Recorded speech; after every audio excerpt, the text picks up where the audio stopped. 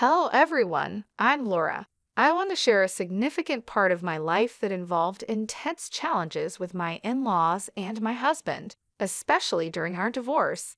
I hope my story resonates with those of you who have faced unfair criticism from your in-laws. Let me take you back to the beginning. I met Liam, my now estranged husband, on a dating app when I was a 21-year-old college student. Liam was 25, employed, and stable. Despite our age difference, we fell in love. I always believed that love isn't bound by age or looks, so Liam being older never bothered me. However, Liam was troubled by our age gap.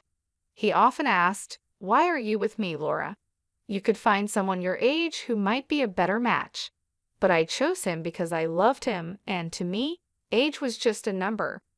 Liam's insecurities ran deep. He would persist, "There must be other reasons, Laura. It's not usual for someone like you to love someone like me. I wish you'd just tell me the real reason."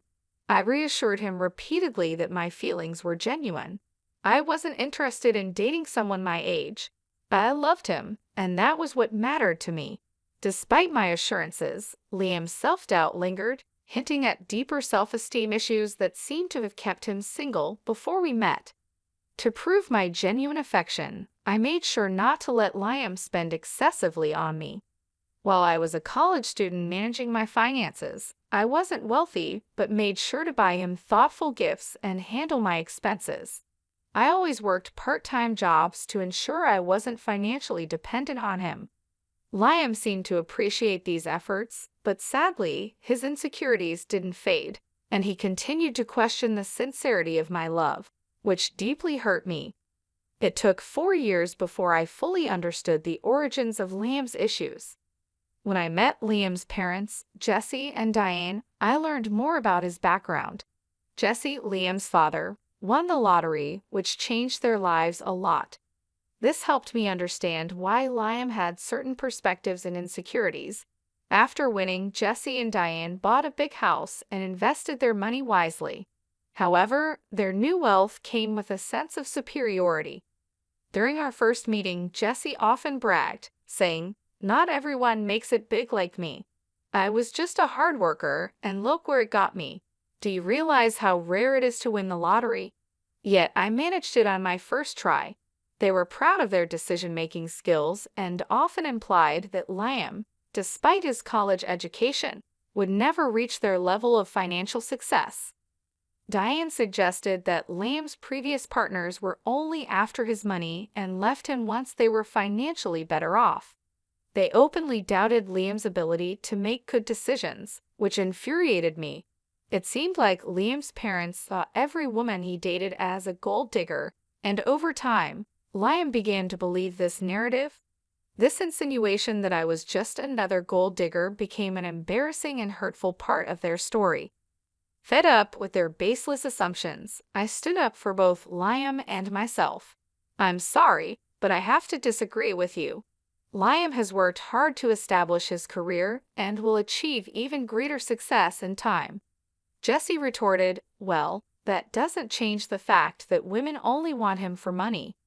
The money we have is ours, but Liam does co-own the house. Eventually, it will be his.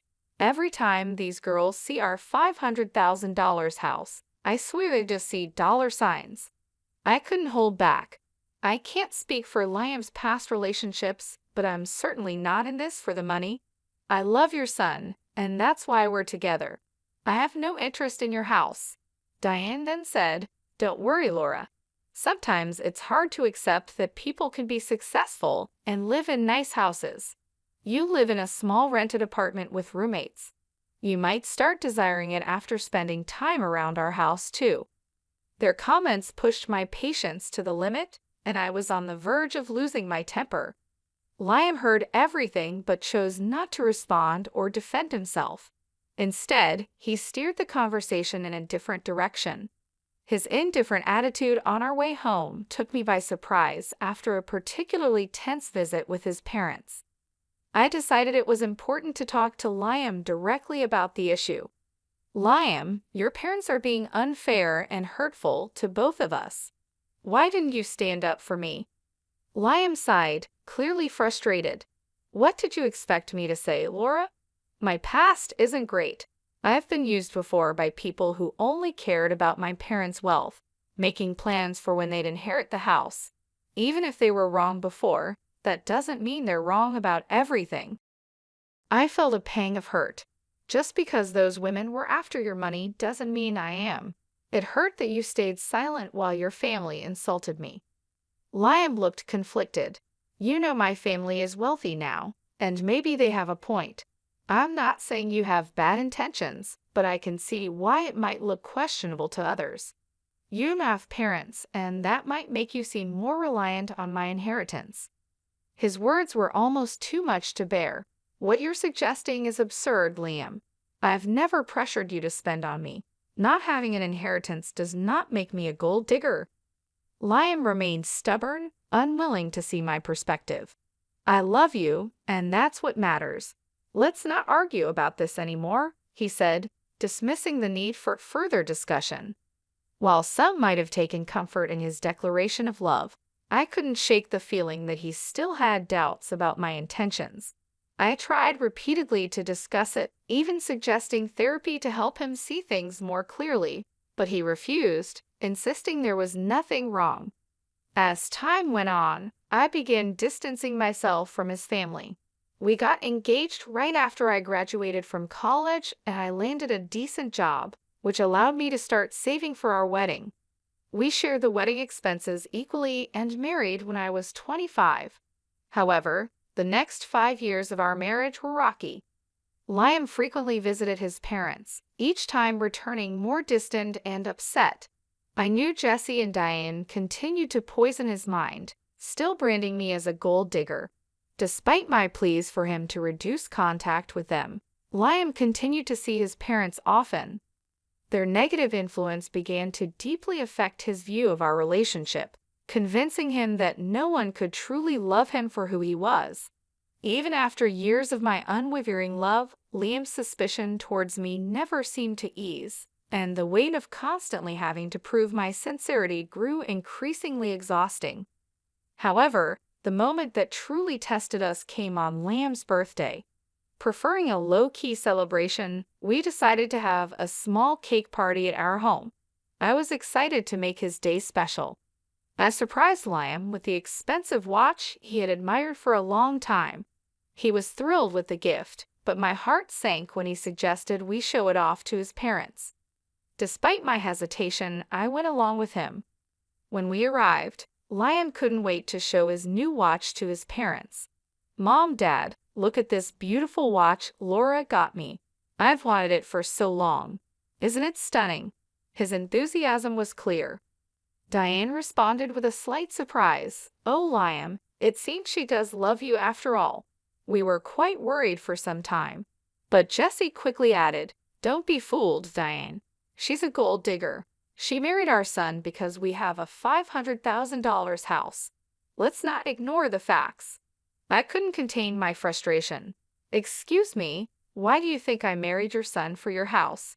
I've been working and living in an apartment for years.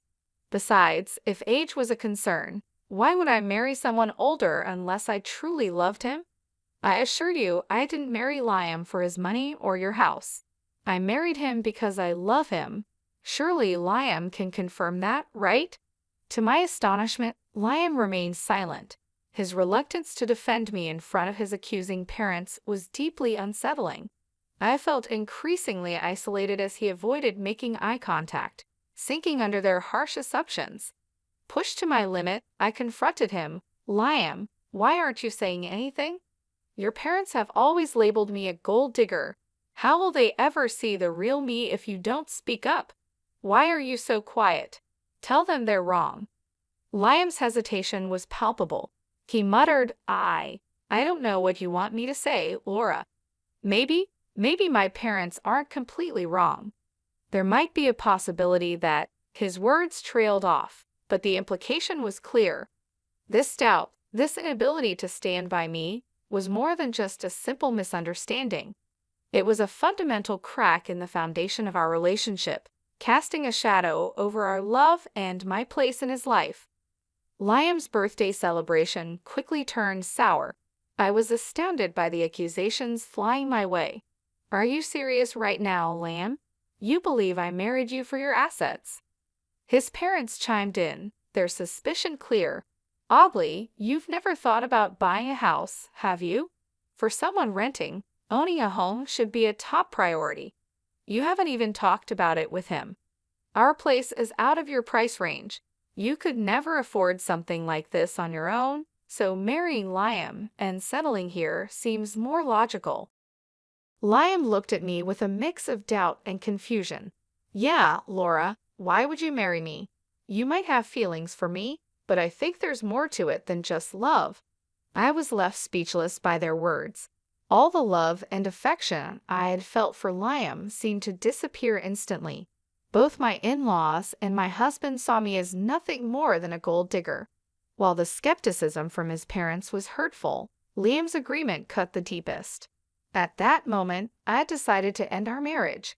I didn't reveal my decision right away. Instead, I waited for the right moment. Once Liam and I were back home, I contacted a lawyer and began the divorce process. The lawyer assured me that everything would be ready within a week. Meanwhile, I moved into a separate room to give myself some space. Liam thought I was just cooling off and had no idea of my intentions. When the divorce papers were ready, I gathered my belongings and left. Liam, clearly distressed, called me in a panic. I told him to meet me at a specific address and to bring his parents. Despite his confusion, he complied. As they arrived, I stood waiting on the porch of a stunning house. Their expressions shifted to surprise as they took in the scene. You must be wondering why I brought you here, I said, gesturing to the luxurious surroundings. It's a beautiful house, isn't it? No one can compare their home to this one. It's worth around $5 million in today's market. Quite expensive, right?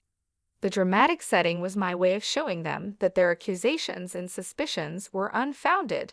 I was not the person they thought I was, and I needed to make that clear in the most unforgettable way. But it's worth every penny, I said, gesturing toward the lavish interior of the house, which also boasted furniture worth millions. What is this place, Laura? I don't understand why you have access to such a house, Liam asked, puzzled.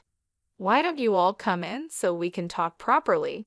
I can't explain everything standing here on the porch, I suggested, brushing off their astonishment as I led them inside. They followed, their eyes widening in awe at the opulent decor. As we settled into the plush sofas, I took a deep breath, ready to address the elephant in the room. I've made a decision, and that's why we're here. I filed for divorce, I stated, handing over the papers. We can proceed with an uncontested divorce if you agree. What? I don't understand. Why are you filing for divorce? Liam's voice was a mix of confusion and concern. It's simple, I replied. I said, my voice steady despite the storm of emotions inside me. You and your parents think I'm a gold digger. You believe I married you for your house and money. Despite everything I've said, you've refused to listen.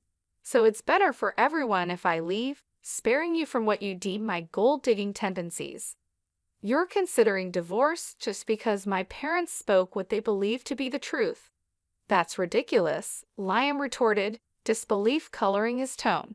I think it's for the best, I replied, firm in my resolve. His mother, watching the exchange with an unreadable expression, chimed in. If she's so adamant, you should just sign the papers, Liam. Then at least you can find someone who truly loves you. Why did you bring us to this house, Laura? Do you expect me to buy this for you as part of our divorce settlement? Liam asked, suspicion in his voice. Why would I need you to buy this house, Liam? This house is already mine, I answered calmly, watching their shock and disbelief unfold. They looked at me as if I were joking. How on earth can you afford a house like this? Your renting and your job isn't enough to cover something like this.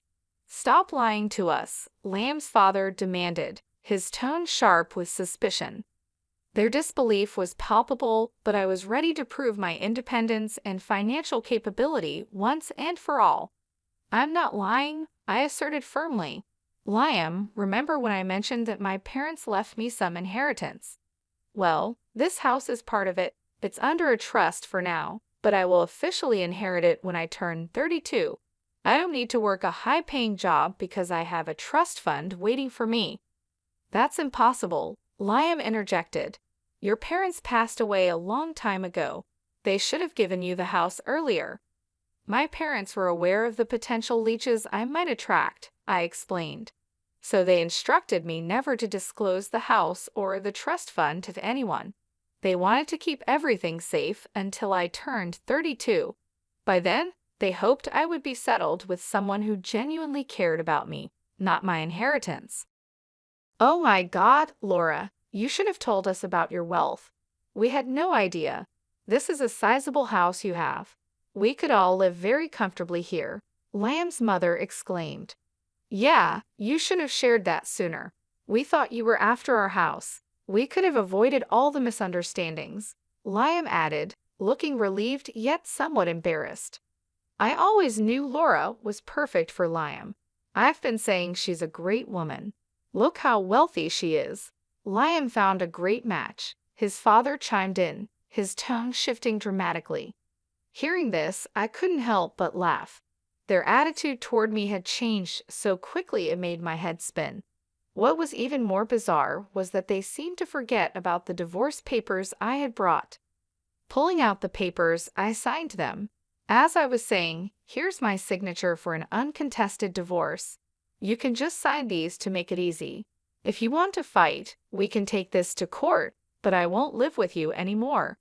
Wait, Laura, listen to me. There's no need to rush this, Liam pleaded. You've already proven you're not a gold digger. There's no reason to get a divorce anymore. We even apologize for any misunderstanding. That should make things better, right? Yes, Jesse is right. We're sorry, Laura. We doubted you for no reason, his mother added, her voice filled with regret. Despite their apologies and sudden change of heart, the memory of their judgments and accusations lingered in my mind. I couldn't stay in a relationship where trust had to be proven rather than given. I don't want your insincere apologies, I said firmly, my resolve unwavering. For 4 years, you allowed your family to berate me and call me a gold digger. I expected you to defend me, but instead, you sided with them and even accused me of the same. I can't stay with someone who doesn't respect his wife. I'm done, Liam. We can part ways amicably or involve the courts. The choice is yours. Diane and Jesse tried desperately to change my mind, pleading with me to overlook the past. To them, what had happened was just a minor misunderstanding. However, their lack of genuine remorse for tarnishing my reputation only fueled my anger. When I reached my breaking point, I demanded that they leave before I called the police. My firm stance intimidated them, and they left without further argument. Over the next few weeks, Liam and his parents continued to harass me. They begged, pleaded, and even offered bribes to persuade me to stay. Their belief that money could sway my decision only intensified my fury. It was a stark reminder that they still saw me as someone motivated by financial gain.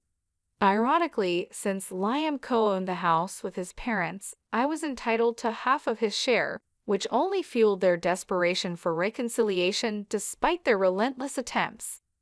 I stayed firm in my decision to leave. I moved all my belongings to my parents' house, asserting my right to stay there even before officially taking ownership. Liam and his parents kept trying to reach out, so I changed my phone number to avoid their constant calls from unknown numbers. Liam even tried to discuss matters at my workplace, but I had informed security beforehand, and they asked him to leave. Liam still hadn't signed the divorce papers, holding out hope that I would change my mind. Nearly a year has passed, and the situation remains unresolved, showing how complex and emotional our lives had become. With less than a year left until the divorce is finalized, I've managed quite well on my own. Living independently, I found both happiness and financial stability. While I've gone on a few dates, I'm not considering anything serious at the moment. According to a cousin of Liam, his family is now worried about having to pay me my rightful share of the house. The legal fees are mounting, and their savings are proving to be insufficient. Liam is even advocating for selling the house, harboring resentment toward his parents for the chaos they've caused in his life. At this point, I simply don't care about their problems. My only goal is to be free from that toxic family and move on with my life, leaving the chaos and negativity behind. My parents welcomed me back with open arms, providing the support and comfort I needed during this difficult time. They were surprised by the turn of events but understood my decision. Moving back home allowed me to reconnect with old friends and focus on rebuilding my life. I found a new job that I enjoy, and my colleagues have become a second family to me. Liam and his parents didn't give up easily. They continued to send letters and emails, pleading for reconciliation. I ignored their attempts, knowing that engaging with them would only prolong the emotional turmoil. It was clear to me that they were more concerned about their financial situation than genuinely apologizing for their behavior. During this time, I focused on self-improvement and personal growth. I enrolled in a few online courses to enhance my skills and took up new hobbies to keep myself busy. I also started therapy to help process my emotions and ensure I was making the best decisions for my future. My therapist helped me see that walking away from a toxic relationship was the right choice, and I began to feel more confident in my decision. As the divorce process dragged on, I made sure to document everything.